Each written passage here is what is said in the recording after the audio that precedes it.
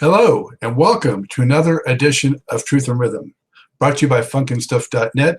This is the interview show that gets deep into the pocket with contemporary music's foremost masters of the groove.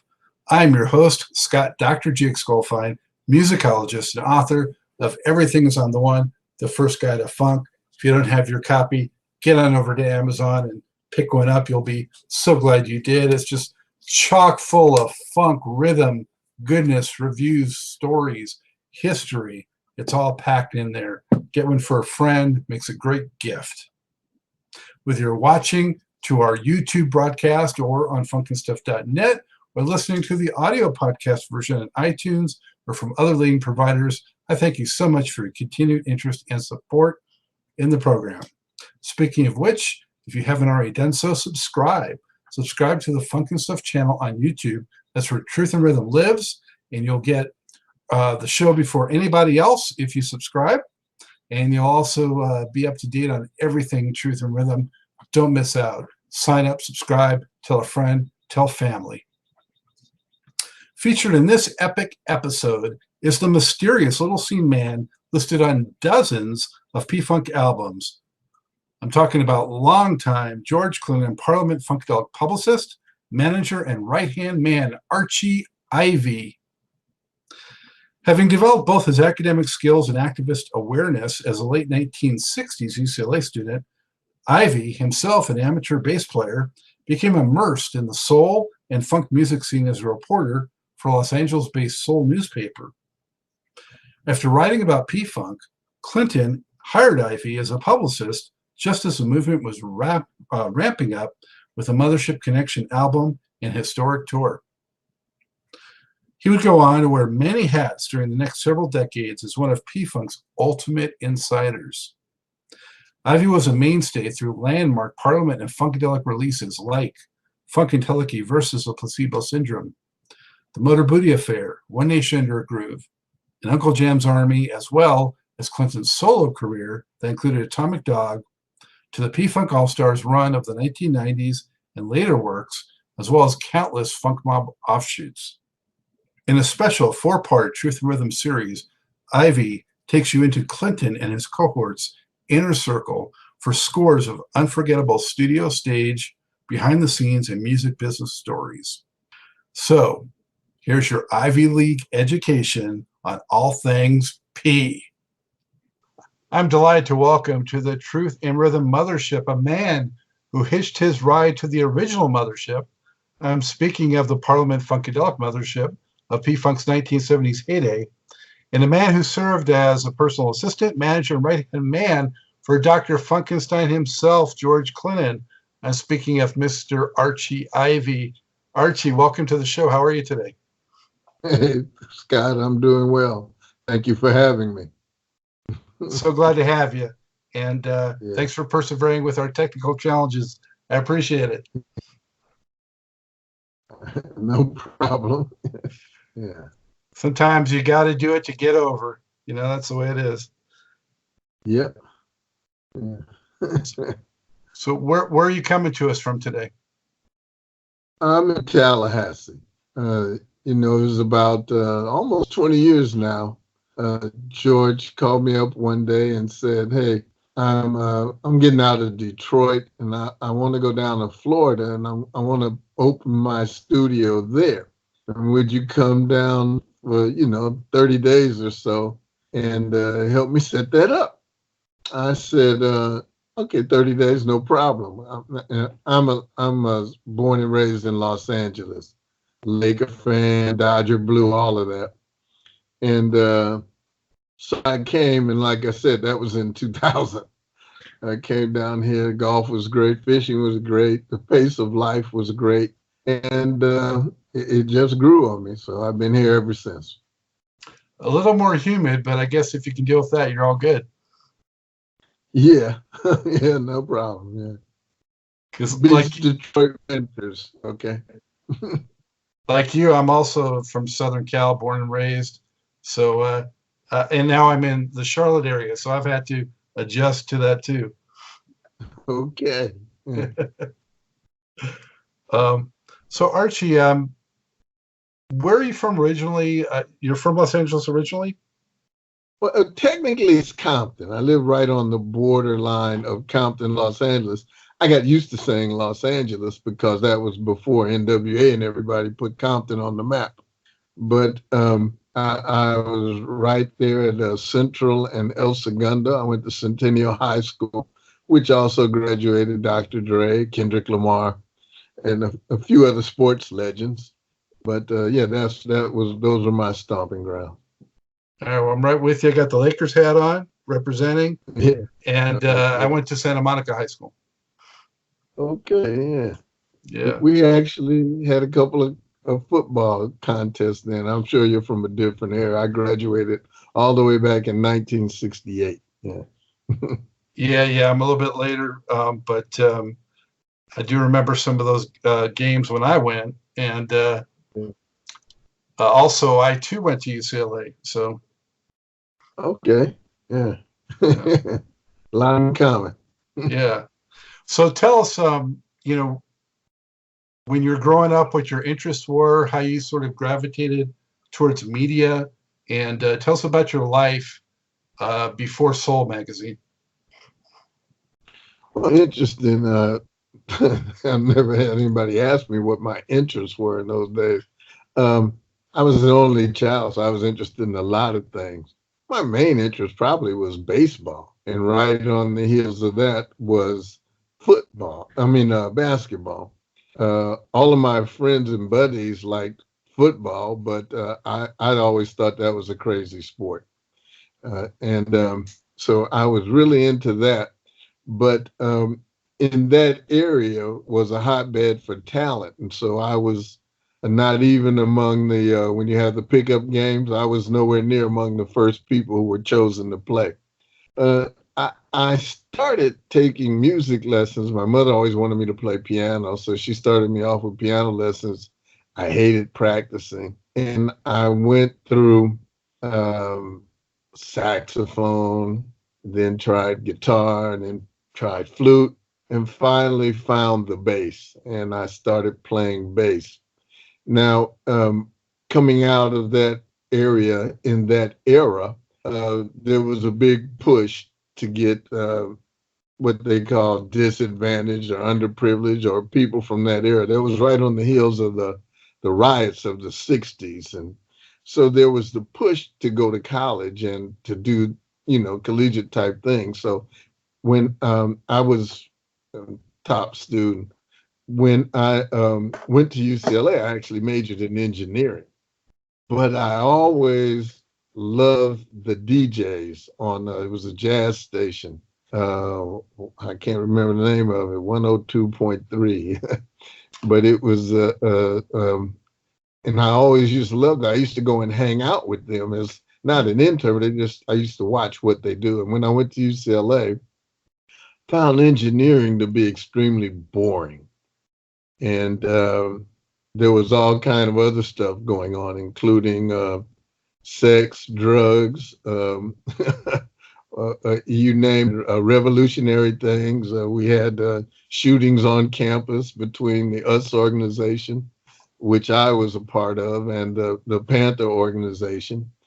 And I soon found myself leaning towards media because I wanted to communicate a message, not no particular message, but I thought that would be important uh, area to study.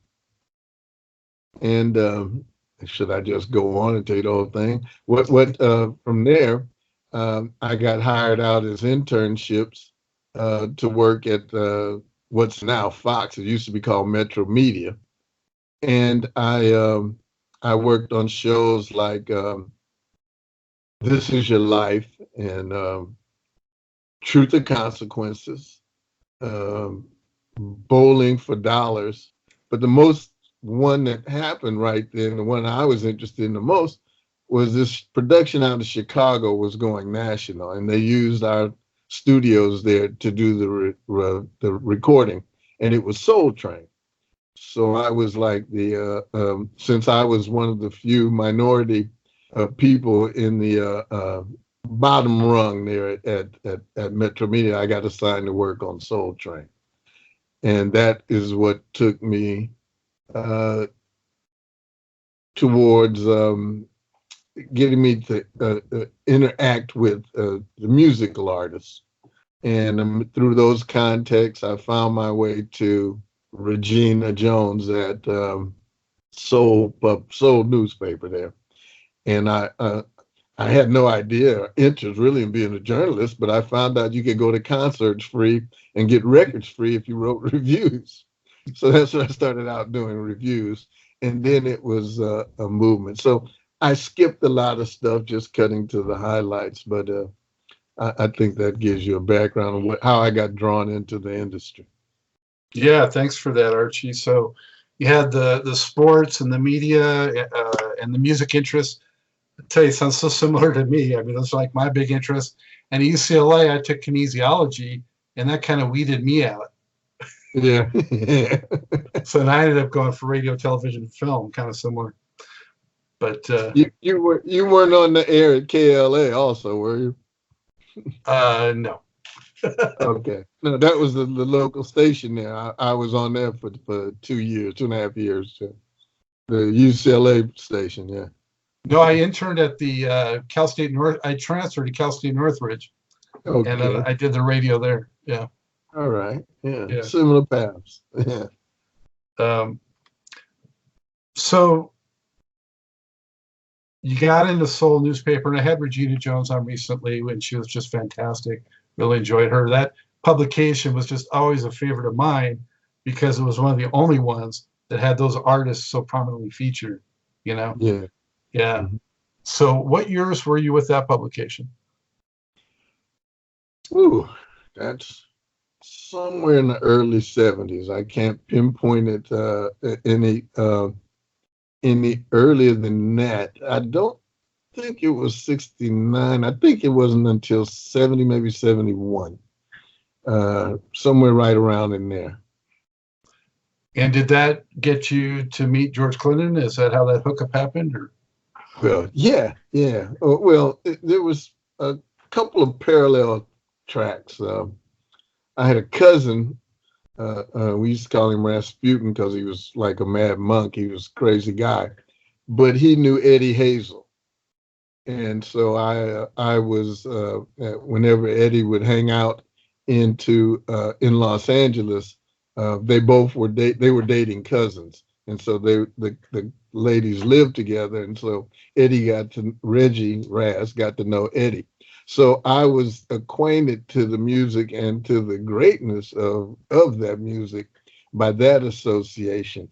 And then I had been a fan of George's going all the way back to I Want to Testify.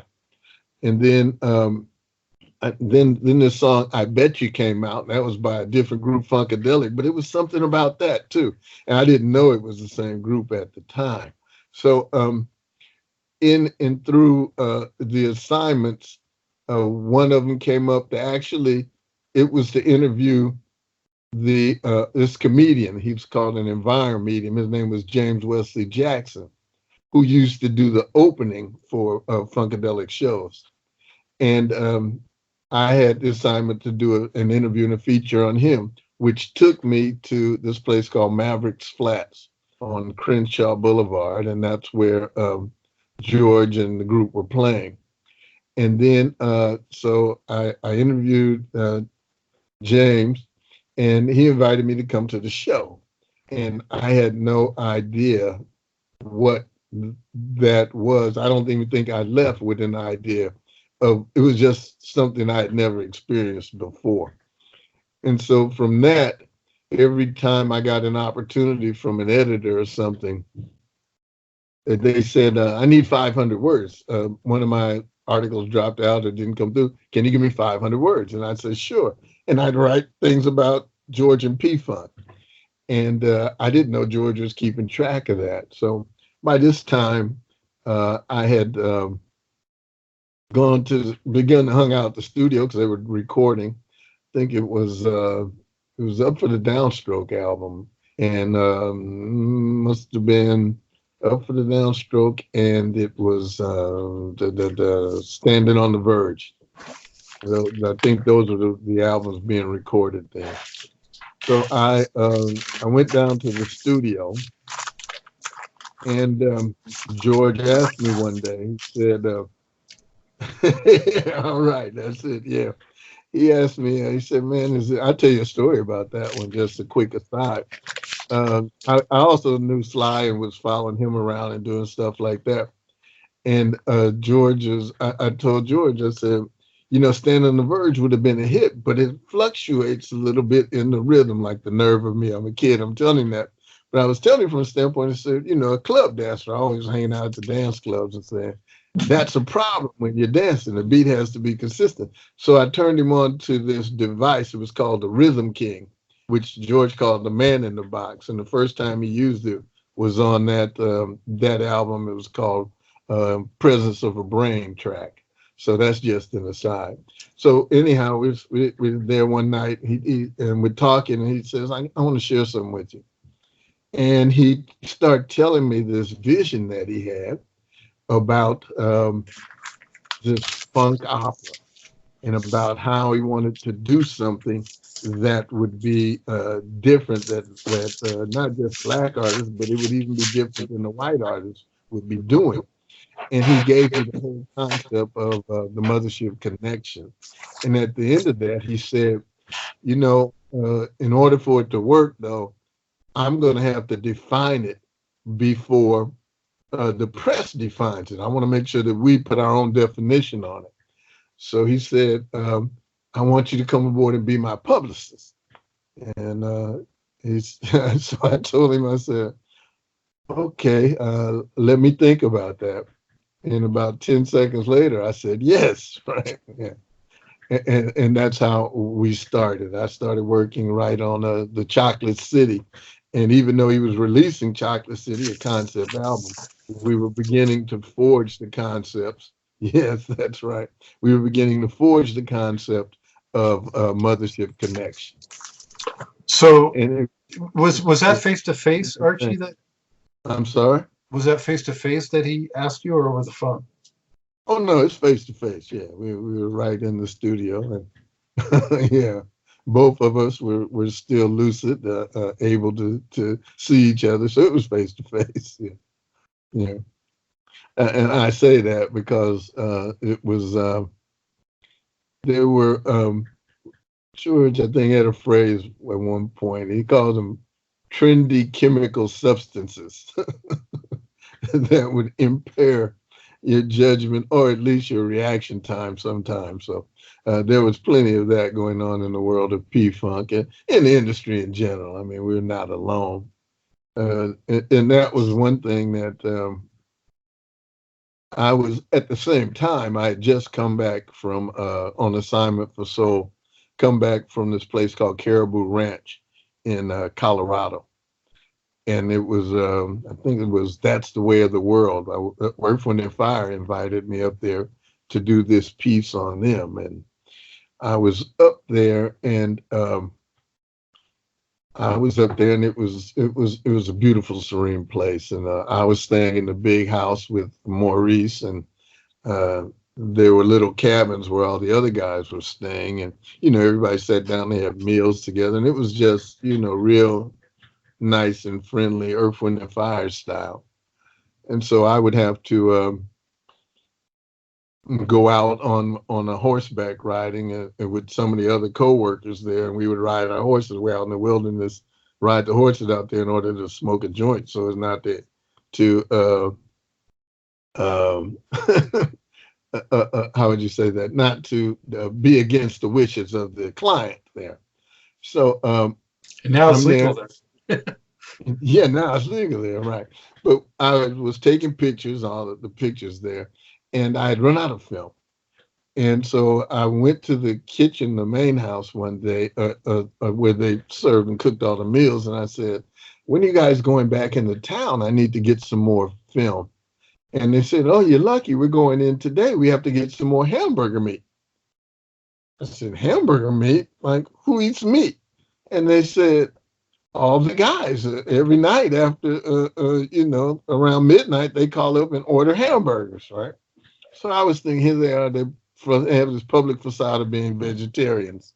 I didn't, so that kind of rubbed me the wrong way. And then a couple nights later was the premiere where they were going to do the release they brought all their families up from Denver and stuff, and all the ladies were there. And we were sitting in the studio and in the little aside room where the speakers were pumping in the music, and Maurice was in the control room, and they were playing like Sing a Song and different tracks from that album.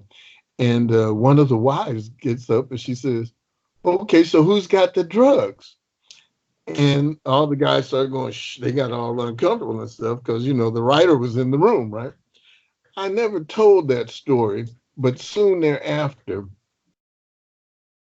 I was offered the job to be the publicist for Earth, Wind and Fire.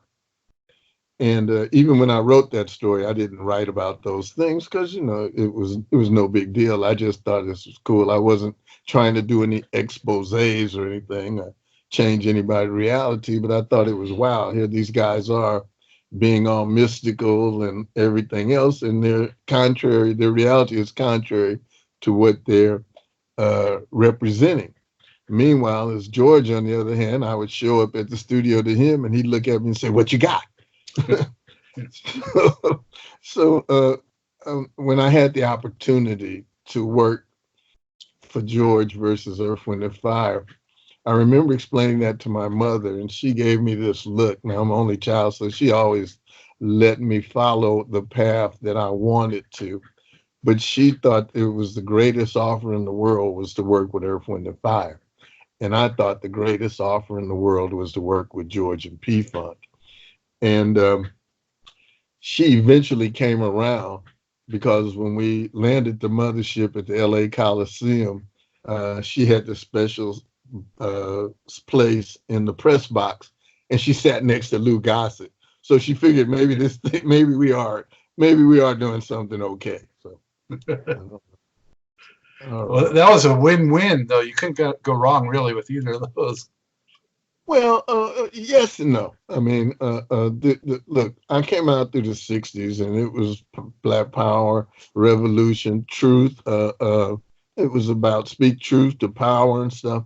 And I was not going to be part of telling lies. I just didn't want to be that person. And probably a little idealistic. It was, I did a lot of things where I chose my ideals over money. And I'd probably have a different life now had I taken that other road, but I don't think I can be any happier. Well, that's the most important thing. Be true to yourself. That's at the core of funk and P-Funk especially, I think. Yes, exactly. If you fake the funk, your nose will grow. Exactly. But, in Maurice White's book, I don't know if you read that, he does talk about them, doing some stuff. Finally. Oh, really? Yeah. Okay.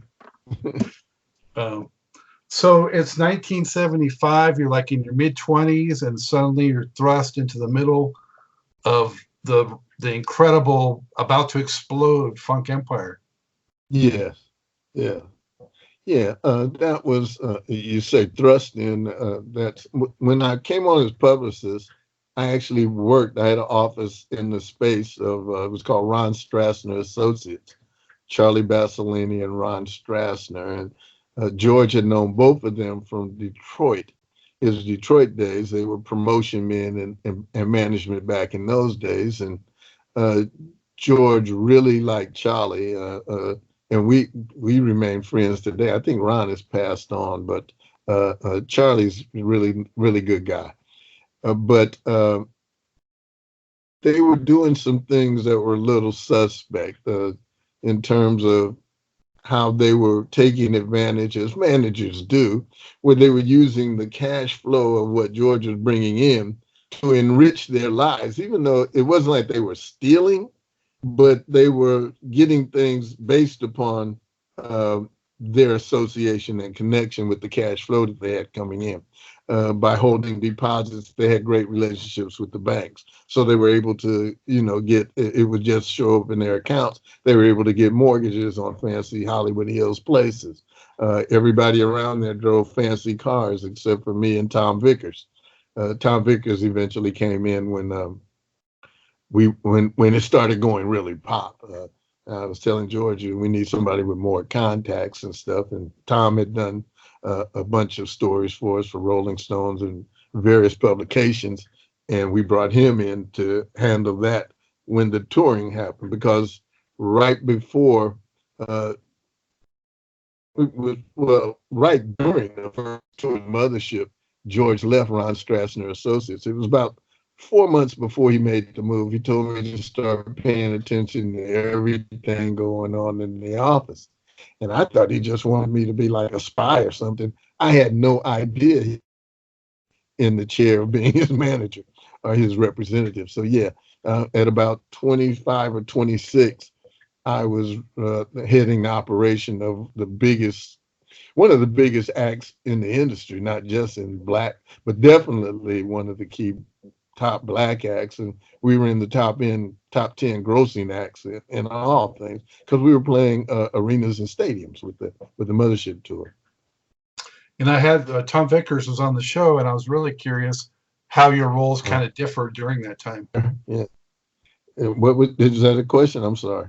Oh, I said had been curious how your roles differed during that time, because it seemed like there was probably a little overlap between you and Tom, right? Well, there was in terms of for a minute, there was no competition. While I had my connections were in Black radio and the Black press, that was still a limited outlet, and we were making noise to the world in general.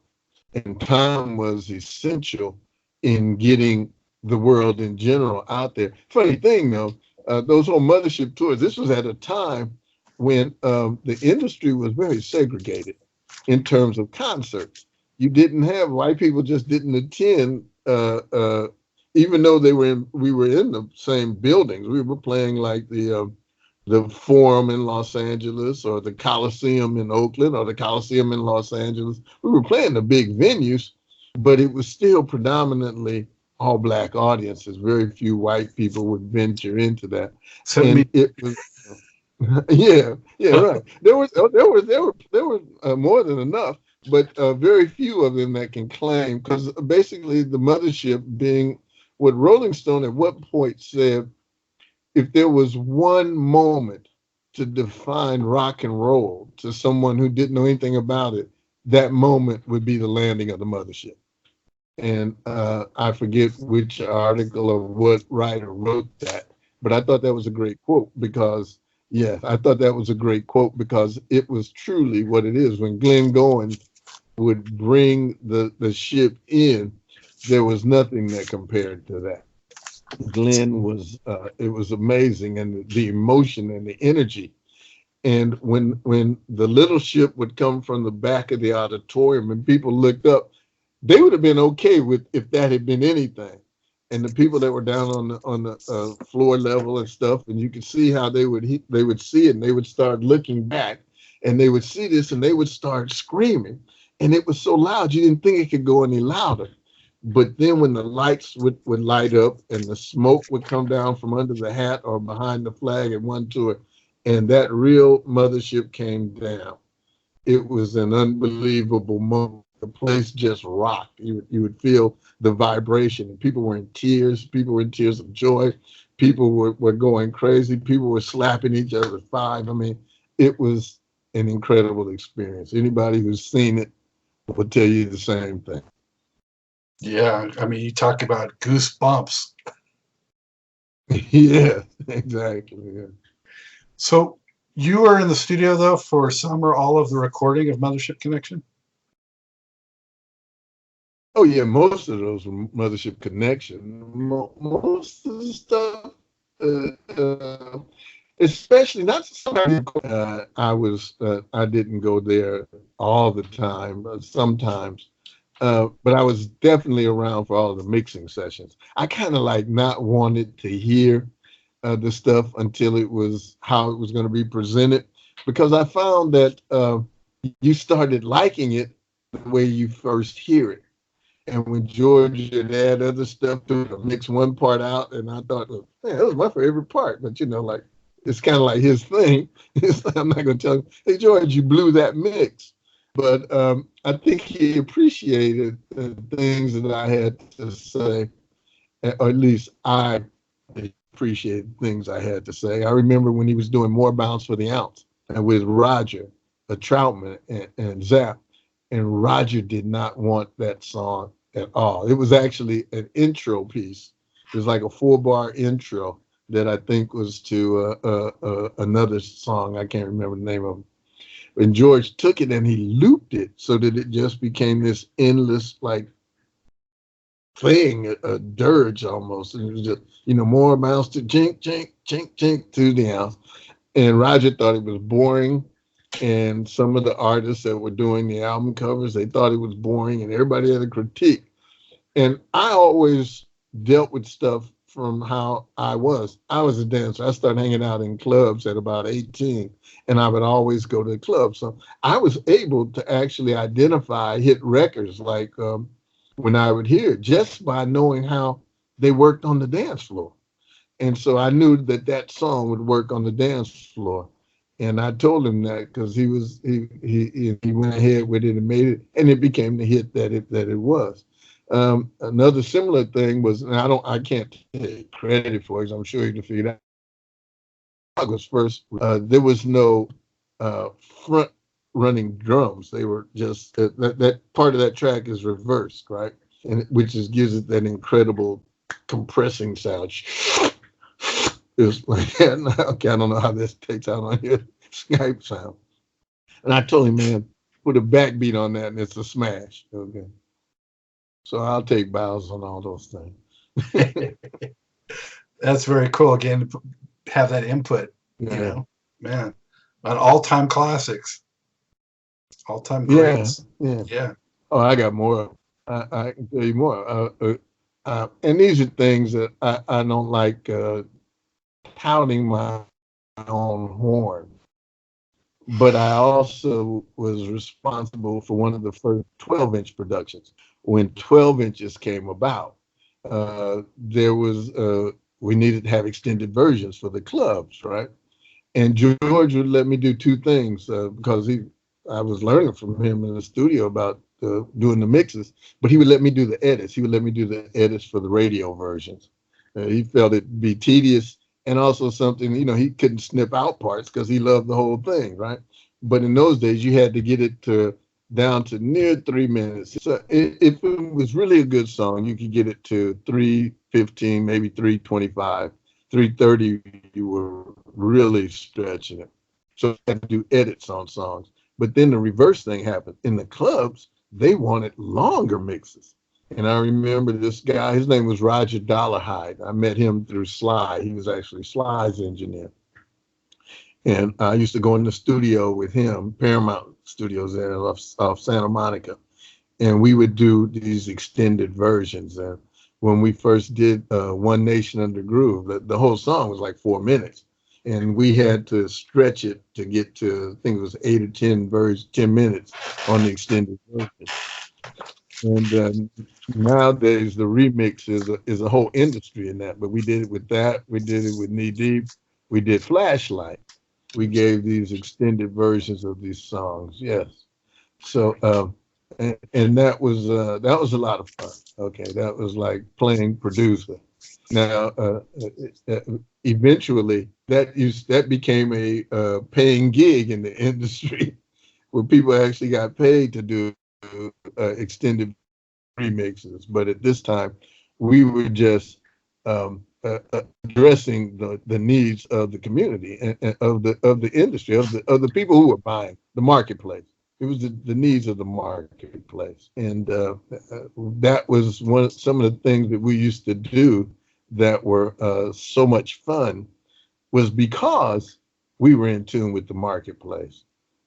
One of the things that slowed the industry down and messed it up when they found out that marketing was a thing, they wanted you to turn your music in 14, 16 weeks before it would be released so the record companies could develop a marketing plan. And that was contrary to the energy of the recording. In 14 weeks, everything people are dancing to, the actual dances they're doing could change. And here, what you recorded was hot right then. Well, it's not so hot then. And not only that, when the people who were promoting the records had so much time to get acquainted to it or with it, they lost the excitement. But when you gave them a record on, as a matter of fact, we used to put the records out and had radio guys waiting for it before they even got into the hands of the record company. It used to piss them off big time. But it was how we would ensure that energy and excitement in the marketplace.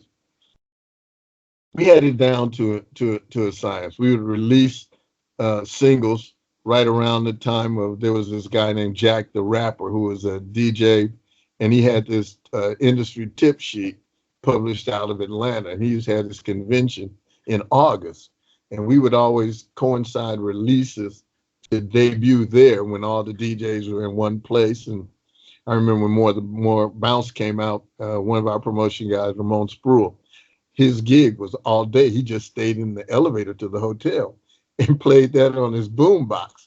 And so everybody that came in to check into the room heard this song. So by the time they were ready to leave, they were excited about this upcoming song.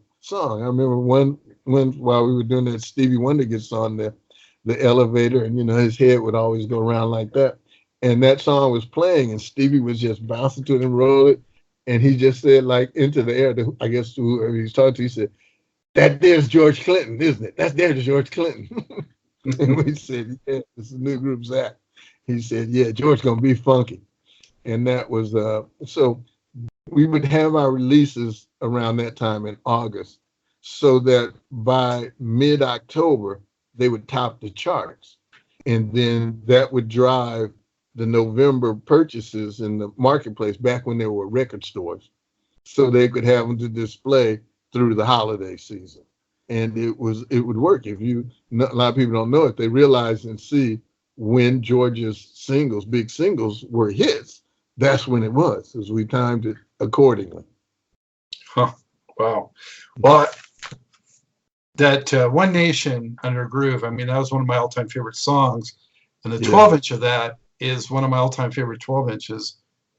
I mean, these are 12 inches that even make great songs greater. Like Aqua Boogie is another incredible 12-inch single. Yeah. But One Nation, Roger, like I said, we were in the studio. It was a 4-minute loop.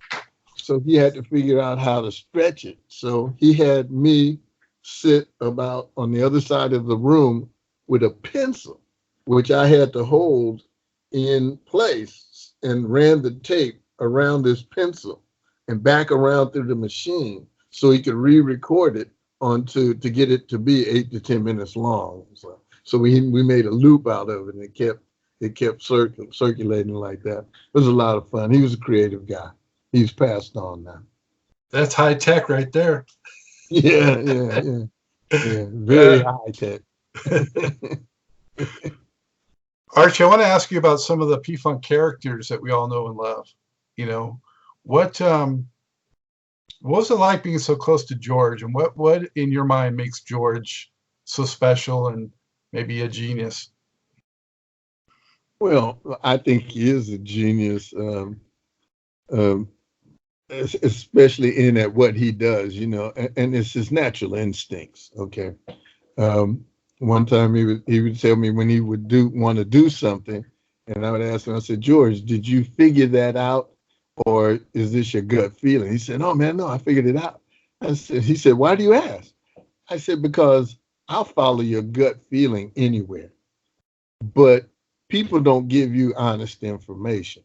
and people will say things to you, try and leave out everything. One thing that I had in my relationship with him that he appreciated was that I always told him dry exactly the facts. And then if he asked me, I said, well, in my opinion, this is what I would do. You know, it's your thing. And I follow whatever his lead is. And I think he appreciated that.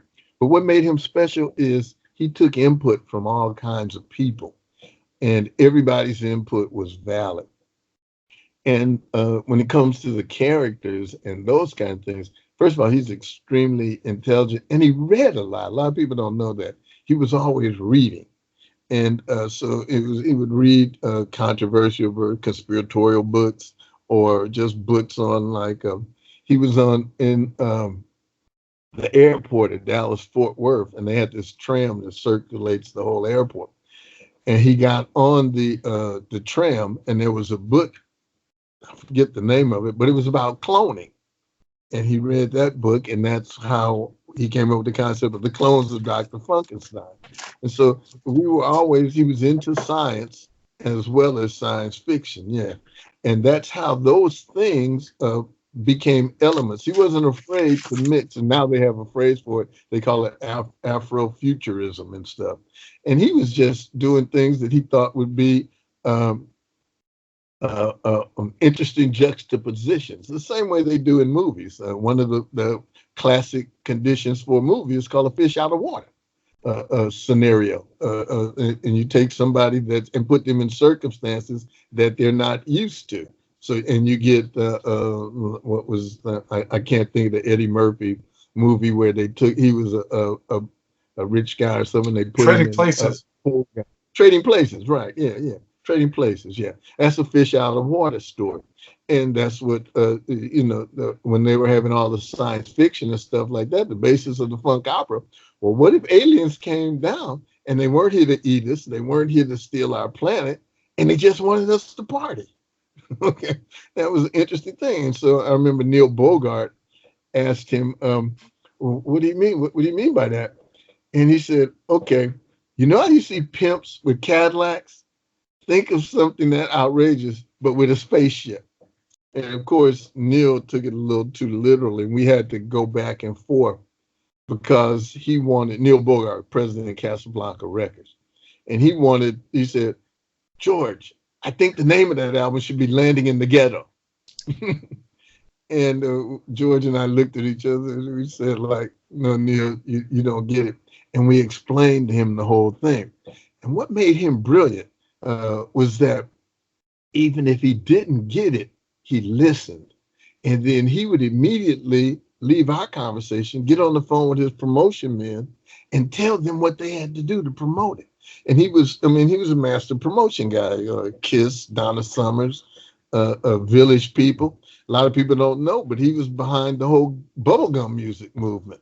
Okay, he was a promotion man there. And we used to come into conflict over what we want to do and how he should spend the marketing money and stuff. We used to management versus record labels.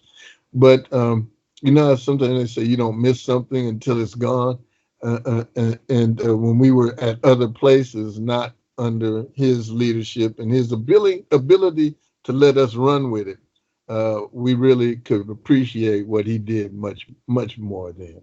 He was visionary. And he actually heard the concept of the mothership and then did the necessary things to make sure that it happened. He was willing to explain. Now, he was betting on monies that George was making.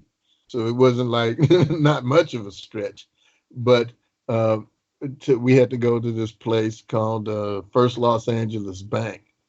And this was one of the first places where they started investing in projects. First banks back in those days that started investing in projects.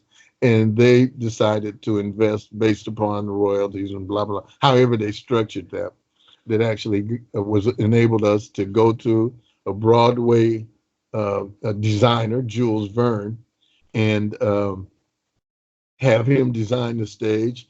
We went to Larry Legaspi, who was a costume designer. He did all the Belle's outfits, and he gave the look to it. And then we just implemented that. And So, and George always had this notion when you talk about getting back to his brilliance. He used to tell me, artists get old, but cartoons and characters don't. They live forever. So he never wanted to be like upfront as the artist. He always wanted these personas that could carry things on. That's why we have so many of those creative those characters, and it really started to click when we got to Funkentelechy versus the Placebo Syndrome, and so yeah, these are a lot of fun days. Probably the guy that personifies, I would say, that whole thing of being an ageless character the most to me is like Bootsy. I mean, even today, he looks like he's not aging at all. Bootsy is a lot of fun.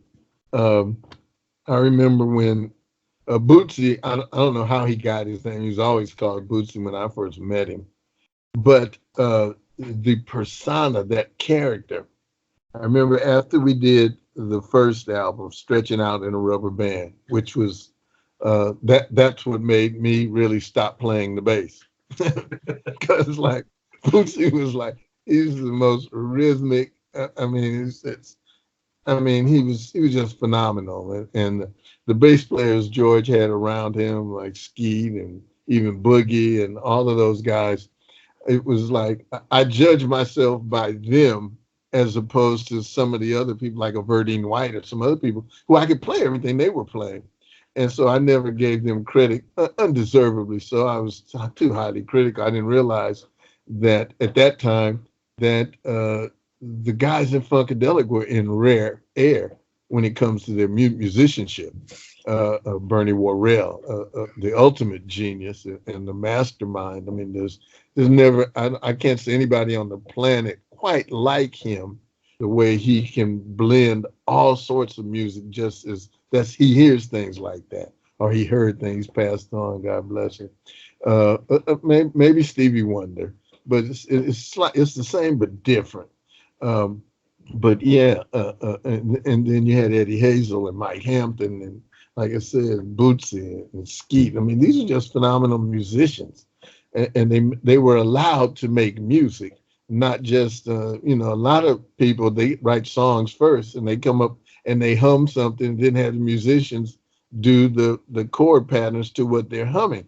Not George. George let people come in and record, and then he wrote the songs to fit whatever they were doing. So it was a freshness to it and a fresh feel. So I think that aided in his genius too. He had the ability to take whatever level of musicianship you were at and get the maximum at that. He wouldn't try to take you past what you were good at, but he could get the best of what you could do and find a way to blend it into everything. And that's why his recordings are as special as they are. There's a timelessness to them because there's actual creativity. It's not the work of a singular mind. You mentioned so many incredible musicians, and then Fred Amacio too on the horns. Yeah. I don't know if you've ever heard the story of Fred when George brought him in to the studio to do Mothership Connection, right? And Fred comes in there and he's listening to the track and stuff. And he looks at George and he says, "So what you want me to do?" And George pauses and he looks at him, he says, "Give me something bad." Okay. And when Fred laughed and he went into the studio, and George says, "I don't play no horn. What I look like trying to tell Fred or Maceo what to play? I just want them to play what they can play and make it bad, make it funky." And Fred did all the arrangements on that. And we were on the bus, and Maceo once made a comment. Maceo is a great human being. I mean, I lived in a special life being around these guys. But yeah, Maceo, he said, "You know why musicians like George? Because he lets us play." And he said, "We know where a song's going to start, and we know how it's going to end, but he lets us do what we can do in the middle." And I thought that was, and if you understand, that's a lot like what jazz is. It's a lot of free-flowing improv around a basic structure. You know, where like a weather report or Return to Forever, they would go off and they would have these incredible lines. Sometimes a line would be like 18 bars or 16 bars long for just a line, right? And then they would space out, and I guess somebody would give a nod. I don't know how they would know when to all come back together. They'd be in all these different worlds, then all of a sudden they'd come back together in this unified line. And that's basically what George does, and what he allowed the guys in the band to do. So people could come to shows and they see the show and they say it would be a great experience. And then they go the next night and see the show, say, man, that was great too. But once you did 3 shows in a row, you understand these guys don't do the same show each night. It's the same songs, but it's a different show every night. And that is another thing. So when you say what is his genius, at the end of the day, he has the ability to recognize the genius in others, whatever level of that genius may be.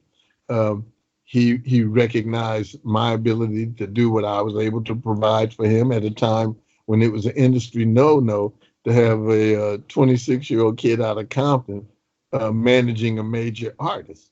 But he stood behind me and forced the industry people to deal with it. And of course, they made it difficult for him. And I remember at one point it had gotten to me where I said, George, I came to him and I said, man, I don't think I'm really doing you a service. If they're all opposed to what I'm doing and stuff, and I think I'm gonna have to step down because I don't want to mess it up. And he looked at me and laughed, and he said, man, you should think a lot of yourself. He said, if this ain't messed up in spite of me, what makes you think you can mess it up? And that just like was a weight lifted off me, and I had the ability to understand. He had this philosophy he used to say all the time, or he still says all the time. He says, think of the worst thing in the world that could happen to you and deal with that. And it happens. It's still going to be okay by Thursday. And that was his attitude. And no matter what was going on, it's going to be okay by Thursday. And things have a way of working their way out. It's not always how we envision. As a matter of fact, we restrict things happening in a natural way of evolving by us wanting to force our sight onto it, what our wanting to shape it in the way in which we see it. That's restricting. And so he allows things like that to happen. And so his genius is recognizing genius and getting out the way of it. You know, I asked him one time. I want to interject one thing, Archie, and see what you think about it. To me, I think another one of his amazing qualities and talents was the vocal arrangements. You know, I mean, the vocals to P-Funk are like none other. And, you know, the layers and just, I mean, you always know his P-Funk vocals. And when George isn't part of it, it's not the same. So clearly he has a big influence on the vocals. Yeah, he has a very unique identity in his vocals. Like you said, you can tell when George has put his little thing on something. It might be somebody else's recording. The key thing you said there was layers. He would stack voice after voice after voice after voice on it, and then he would get it just right, and then he would call it doubling. And then if it didn't quite have the oomph that he wanted, he would triple it. And this would not be just making a digital copy and doing the same, repeating the same thing. No, he would have people sing it again. And just the human nature of just natural intonations gave it more of a big choir quality than just even a small group. And it's been that way since for a long time. For a long time. I wanted to stay tear the roof off the second, but it was actually he began working with that in his earlier Funkadelic albums. that particular technique and sound. As tracks became more available, at one point you only had 16 tracks to work with, so that was a little limiting. Once you mic'd all the drums and all the guitar and piano and all the instrumental elements, you didn't have very many tracks left to stack vocals on. But once it expanded to 24 tracks, you still use the same amount of tracks for music, but now you had this new world of what you could do vocally. And that's a keen ear to pick that up.